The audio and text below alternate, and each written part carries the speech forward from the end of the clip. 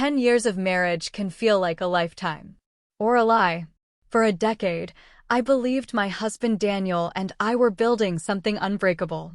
We survived layoffs, 2 house moves, his mother's endless criticism, and the quiet pitying looks from friends whenever the subject of children came up. But the silence in our house was the loudest thing of all. At first it was hope. Every month came with whispered prayers, careful optimism, and the soft promise that next time would be different. I decorated a small room in the house in pale yellow, telling Daniel it would be perfect for a nursery someday. He smiled politely, but his eyes always drifted away. That should have been my first warning. Year 5 arrived with doctors, tests, charts, vitamins, and appointments that drained every ounce of dignity from my body. Each visit ended with the same careful phrases from specialists. Everything looks normal. Keep trying. Daniel stopped coming with me after the 2nd year. He said work was too demanding. Said the pressure made him uncomfortable. Said we should just let nature handle it. But nature never did. Year 8 was when the whispers started. Friends who once asked kindly began offering strange advice. Herbs. Diets. Meditation retreats. One woman even told me to stop wanting a baby so badly because the universe could sense desperation. What the universe sensed was the slow collapse of my marriage. Daniel grew distant. Nights became quiet dinners followed by long hours with him staring into his laptop while I sat alone on the couch pretending to watch television. Then one night, without warning, he said the words that shattered 10 years in a single breath. He couldn't live like this anymore. He said he wanted a family. He said he deserved a child. And he said something worse, something that turned my blood cold. He believed I was the reason we never had one. The next morning, Daniel packed a suitcase. No argument. No tears. Just cold finality. By evening, he was gone. But the real shock came 2 weeks later. That was when I learned Daniel hadn't just left me. He had already moved in with another woman. And she was pregnant. Everyone believed the same story. Daniel finally found a woman who could give him a baby. The town pitied me. Friends avoided my eyes. Even my own sister told me maybe it was time to accept the truth. But there was one problem with their perfect story. A secret I had buried for 10 years. A secret that, if revealed, wouldn't just destroy Daniel's new life. It would destroy him. Because the truth about why we never had children was never about me. And Daniel was about to find that out the hardest way possible. The day Daniel left, the house felt different. Not quieter, not emptier. Just colder, like the walls themselves had stopped recognizing me. 10 years of memories sat inside that house, but none of them mattered to the people whispering about me now. To them I was the woman who couldn't give her husband a child. The woman who lost her marriage because her body failed.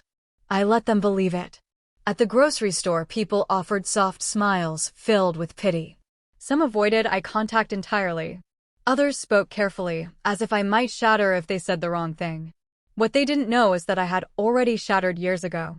The day the truth first appeared. It had been during our 3rd year of marriage. Back then Daniel still held my hand in waiting rooms and kissed my forehead before every test. We were young, hopeful, convinced the doctors would find something simple and fixable. But that appointment was different. The doctor walked into the room holding a thin file, his expression unusually serious. He explained the results slowly, carefully choosing every word as if he was stepping through a field of glass. My results were perfect. But Daniel's were not. The diagnosis was final. A rare condition that made natural conception almost impossible. The doctor talked about options, treatments, alternatives. Words like fertility therapy and donor programs floated around the room. Daniel didn't react. He sat there silently, staring at the floor like the ground had just disappeared beneath him. On the drive home, he finally spoke. Not with anger. Not with sadness. With fear. He said no one could ever know. Not his friends. Not his family. Not even my parents. The thought of people seeing him as less of a man terrified him more than the diagnosis itself. He begged me to protect that secret. And I did. For 10 years I carried that truth like a locked box inside my chest. Every whisper, every rumor, every quiet judgment about my infertility was a lie I chose to protect him. even when it cost me everything. Now Daniel had left me for a woman everyone believed was carrying his child. The irony almost made me laugh. But something else bothered me more than the betrayal. Because 2 weeks after he left, curiosity got the better of me. Late one night, I opened my laptop and searched her name. Emily Carter.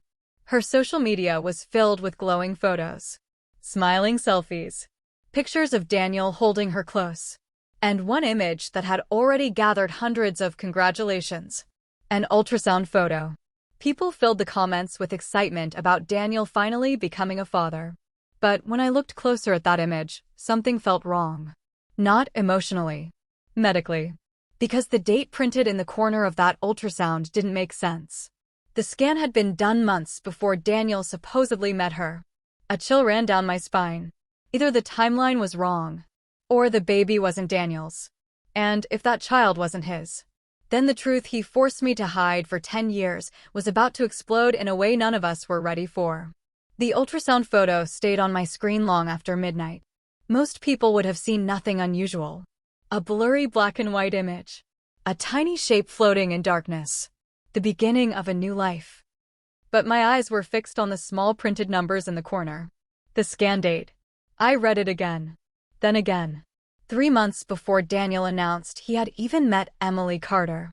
At first, I tried convincing myself I was mistaken. Maybe it was an older scan she posted later. Maybe the date meant something else. Maybe I was just bitter and looking for cracks where none existed. But the more I stared at the image, the clearer it became. The numbers weren't wrong, which meant the story everyone believed was. Daniel had told our friends he met Emily just weeks after leaving me.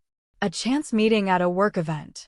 A connection that happened quickly, unexpectedly. Something he described as fate. And now she was already pregnant. The timeline had sounded suspiciously fast even then, but no one questioned it. People prefer simple explanations, especially when they make a story feel romantic. Man leaves unhappy marriage. Man meets perfect woman. New life begins. Clean. Easy. Acceptable. Except this timeline wasn't clean at all. If that scan truly happened 3 months earlier, then Emily was already pregnant before Daniel supposedly entered her life. Which left only 2 possibilities. Either she lied to him, or Daniel lied to everyone else. The thought made my stomach tighten. For 10 years, I protected his deepest insecurity. I carried the blame for something that had never been my fault. I endured pity, judgment, and quiet humiliation just to keep his secret buried. And now he had built an entirely new life on another lie. I leaned back in my chair and stared at the ceiling, memories pushing through my mind like ghosts. The late nights Daniel claimed he was working overtime. The sudden business trips during the last year of our marriage. The strange distance that appeared long before he finally walked out the door. At the time, I blamed the pressure of infertility. The stress we both carried. Now the pattern looked different. Much darker. Maybe Daniel didn't meet Emily after leaving me. Maybe he already knew her long before that. A slow realization crept through me, cold and heavy. If Emily was already pregnant before Daniel left our marriage, then their relationship hadn't started after our divorce. It had started during it. My chest tightened as another thought followed right behind it. Daniel believed that baby was his miracle. The proof that I had been the problem all along. But I knew the truth his pride refused to face. And if that child truly belonged to someone else, Daniel wasn't just living a lie. He was about to become the victim of one. I closed the laptop slowly, my reflections staring back at me from the dark screen. For the first time since he left, something inside me shifted. Not grief. Not anger. Something sharper. Because if Daniel had betrayed me long before he walked away, then protecting his secret was no longer my responsibility. And the truth I buried for 10 years suddenly felt very close to the surface. What I didn't realize yet was that Daniel wasn't the only one hiding something. Emily Carter had secrets too. And one of them was about to find its way straight to my front door. 3 nights after discovering the strange timeline, sleep still refused to come. My mind kept replaying the ultrasound date, the hidden months that didn't fit Daniel's story. Every possibility twisted into another question, each one darker than the last. Had he been seeing Emily while we were still married? Had he already known about the pregnancy before leaving me? Or worse, had he walked out only after believing he had finally proven something about himself? For 10 years, Daniel lived with the quiet fear that he wasn't capable of becoming a father. I protected that truth like a shield. I let the world assume the failure belonged to me. But if he believed Emily's pregnancy was proof of his masculinity, then his entire confidence rested on something fragile. Something that might not even belong to him. I tried pushing the thoughts away. None of it was my problem anymore. Daniel had made his choice when he packed that suitcase and walked out of our life. Yet the questions refused to stay buried. Around 11 that night, I was sitting in the kitchen when a sudden knock echoed through the house. It was sharp, urgent. For a moment I froze. Almost no one visited me anymore. Most friends had quietly chosen Daniel's side, convinced they were supporting the happier future. The knock came again, louder this time. I walked to the door slowly, my chest tightening with an uneasy feeling I couldn't explain. When I opened it, the last person I expected stood on my porch. Emily Carter. Up close, she looked different from the glowing photos online. Her face was pale, her eyes restless, and the confident smile she showed the world was completely gone. One hand rested protectively on the small curve of her stomach. For a few seconds, neither of us spoke. Wind moved through the trees behind her, carrying the faint sound of traffic from the distant road. The moment felt strange, almost unreal. Finally, she stepped forward slightly, her voice low and tense. She said she needed to talk. About Daniel. About the baby. A cold sensation crept through my body. Of all the scenarios I had imagined, this one had never crossed my mind. The woman who replaced me now stood at my door in the middle of the night, looking less like a proud future mother and more like someone carrying a heavy secret. I stepped aside and let her enter. The moment the door closed behind us, Emily's composure cracked. Her eyes filled with fear. And the first thing she said made my heart slam against my ribs. Daniel didn't know the truth. The baby wasn't the only lie in his new life. But what Emily told me next was even worse. Because the man who believed he had escaped a broken marriage had unknowingly walked straight into something far more dangerous. Emily sat at the edge of my couch like someone who expected the ground beneath her to collapse at any moment. Her hands trembled slightly as they rested over her stomach, fingers gripping the fabric of her sweater. The confident woman from the photos was gone. In her place sat someone frightened and exhausted. For a long moment, she struggled to speak. I remained silent, watching carefully. After everything Daniel had done, trusting this stranger would have been foolish. Yet something in her expression told me this visit had not been planned lightly. Finally, she took a slow breath and forced the words out. Daniel believed the baby was his miracle. He believed it proved the doctors had been wrong about him. The statement hung in the air like a fragile piece of glass. I felt a bitter twist inside my chest. Of course he believed that. His pride needed that story. It allowed him to walk away from 10 years of marriage without questioning himself. But Emily's next words changed everything. She said Daniel never asked many questions when she told him about the pregnancy.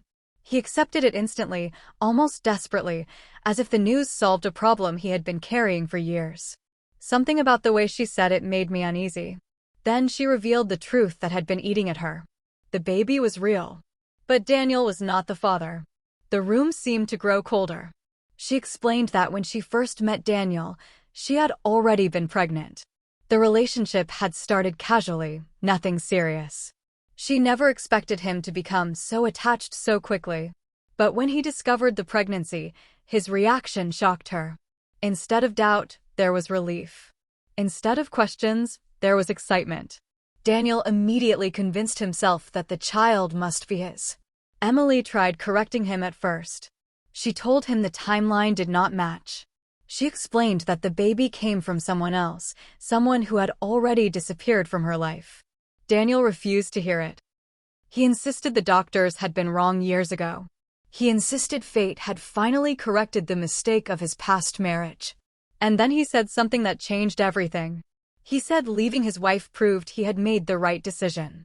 Emily looked up at me as she finished explaining, guilt filling her eyes. She said she could not keep living inside that lie, especially after realizing what Daniel believed about me. Her voice dropped lower. She had heard the way he spoke about his former marriage. The quiet bitterness.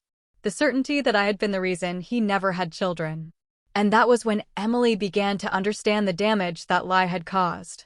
Now she was standing in the living room of the woman whose life had been destroyed by it. I felt strangely calm. Not angry. Not shocked. Just tired. For 10 years, I carried Daniel's secret to protect him. Now the truth was circling back without my help. Emily leaned forward slightly, her voice barely steady. She said Daniel needed to know the truth. But she didn't know how to tell him. What Emily didn't realize was that revealing her secret would only uncover half the story. Because the moment Daniel learned the baby wasn't his, he would finally be forced to face the truth I had hidden for 10 years. Emily left my house close to midnight. The conversation between us had stretched longer than either of us expected. By the time she walked out the door, the air outside had turned colder, and the quiet street felt heavier than before. She paused on the porch before leaving, her face filled with uncertainty. She said Daniel deserved to know the truth about the baby, but fear still held her back. Fear of how he would react once the illusion shattered. I watched her disappear into the darkness, her car headlights fading down the road. For a long time after that, I remained standing by the window, thinking about the strange twist of fate that had brought her to my door. 10 years ago, I promised Daniel I would protect his secret. Tonight, that promise finally felt broken. Not by me. By the life he had built on top of it. The next morning, I opened an old drawer in my bedroom. Inside, buried beneath old documents and photographs, rested a thin medical folder I had not touched in years. The paper inside had yellowed slightly with time. But the diagnosis was still clear. Still undeniable. Male infertility caused by a rare biological condition. Natural conception highly unlikely. I closed the file slowly. Daniel had spent 10 years convincing himself the doctors were wrong. Now he believed Emily's pregnancy was proof of that. But the truth waiting inside this folder had never changed. Later that afternoon, my phone vibrated. A message from an unknown number. For a moment, I hesitated before opening it. The words on the screen were short but urgent. Emily needed to see me again. Something had happened. My stomach tightened immediately. When I arrived at the small cafe she had chosen, Emily was already sitting in a corner booth. Her face looked pale again, but this time the fear in her eyes was stronger. She leaned forward as soon as I sat down. Daniel had started asking questions. The timeline of the pregnancy was beginning to bother him. Small details were no longer matching the story he had created in his mind. Doubt was finally creeping in. Emily said she could see the change in him. The confidence he carried for weeks had begun to crack. The certainty that he was about to become a father no longer felt solid. Soon he would demand answers. And when that moment arrived, everything would collapse. Emily's voice trembled slightly as she admitted something else. Daniel had already scheduled a prenatal appointment with a specialist. A specialist who planned to review the medical history of both parents. A slow realization settled over me. If Daniel's past fertility tests ever entered that conversation, the truth would surface instantly. Not only about the baby. About everything. Emily looked at me with quiet desperation. She asked what she should do. For a long moment I stared at the table, thinking about the decade of silence I had carried alone. Then I lifted my eyes. For the first time since Daniel walked away, I felt something different growing inside me. Not revenge. Justice. Because the truth Daniel ran from for 10 years was finally catching up with him. What none of us knew yet was that Daniel was already closer to the truth than we thought. And the way he would discover it was about to destroy far more than his pride. 2 days passed after my meeting with Emily. The world outside continued moving as if nothing unusual was happening.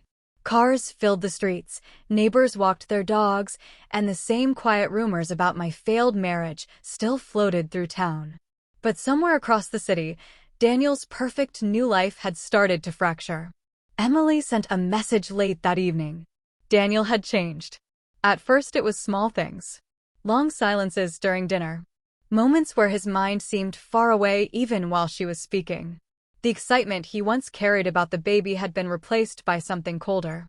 Suspicion. The questions had started carefully. He asked again about the exact date of her first doctor visit.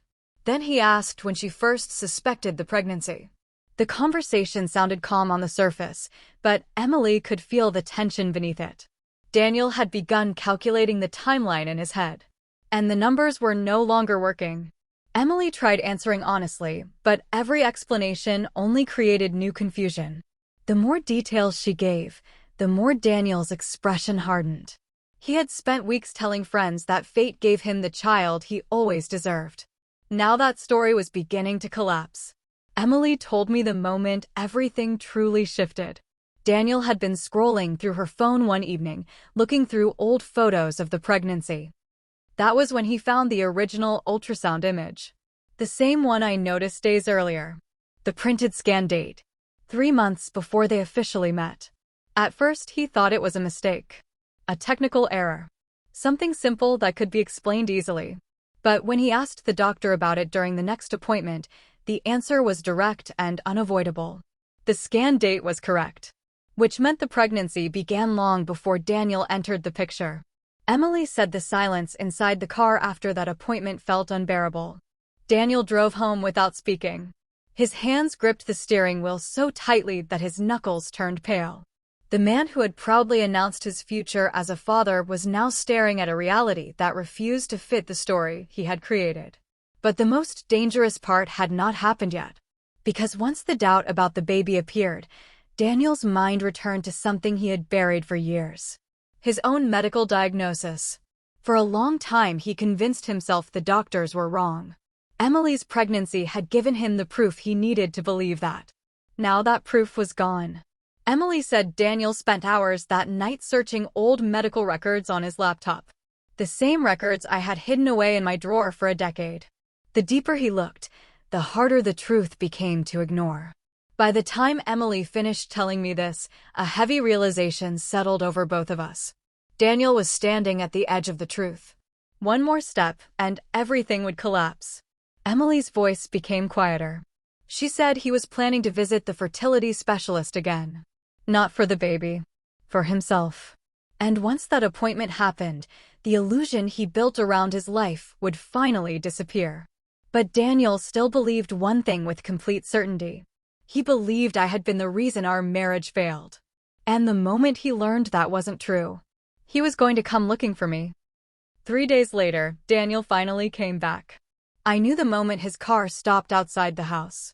The sound of the engine shutting off felt strangely familiar, like a ghost from another life returning to the same driveway it once owned. For 10 years that driveway had welcomed him home. Now he stood outside it like a stranger. The knock on the door was hesitant this time. Nothing like the confidence he carried the day he walked out with his suitcase. When I opened the door, the man standing there barely resembled the one who had left. Daniel looked exhausted. Dark circles shadowed his eyes and the certainty that once filled his posture was gone. He stepped inside slowly, looking around the living room as if memories were hiding in every corner. Then his eyes finally met mine. For a moment neither of us spoke. The silence carried 10 years of buried truth. Daniel was the first to break it. His voice sounded rough, almost fragile. He said he had visited the fertility specialist again. The same type of doctor we had seen years ago. This time he went alone. The results had come back that morning. The diagnosis had not changed. The condition was permanent. Natural conception was still nearly impossible. Daniel said the doctor explained it clearly, leaving no room for misunderstanding. The odds had always been against him. Nothing in his biology had magically corrected itself. His voice grew quieter as he continued. That meant Emily's baby could never have been his. The realization hit him like a collapse he could not escape. For weeks he had proudly told people that leaving his marriage led him to the family he deserved. Now he understood something far worse. The woman he abandoned had never been the problem. He had destroyed 10 years of loyalty while believing a lie. Daniel's hands trembled slightly as he looked at me. He said he finally understood what I must have carried all those years. The blame, the whispers, the quiet humiliation I accepted without exposing the truth. His voice cracked with regret. He asked why I never told anyone. The answer came easily. Because he begged me not to. Because protecting his pride once meant protecting our marriage. But that marriage ended the moment he walked away. Daniel stood there, realizing the full weight of his mistake. Emily had already left him after revealing the truth about the baby's real father. The life he thought he gained had vanished in a matter of days. Friends who celebrated his new future were now questioning everything. And the woman he blamed for his unhappiness had been protecting his secret all along. For the first time in 10 years, the truth finally stood in the open. Daniel asked if there was any chance we could fix what he broke. I looked at the man who once meant everything to me. Then I calmly gave him the only answer he deserved. 10 years ago, I carried his secret to save his dignity. Now he could carry the truth himself. Alone. I closed the door behind him and watched his car disappear down the street for the second time in my life. But this time the silence inside the house felt different. It wasn't empty anymore. It was peaceful. Because the man who blamed me for 10 years had finally learned the truth the hardest way possible. And the revenge he feared the most had never required anger. Only the truth. If this story truly hit you in the chest, then like this story.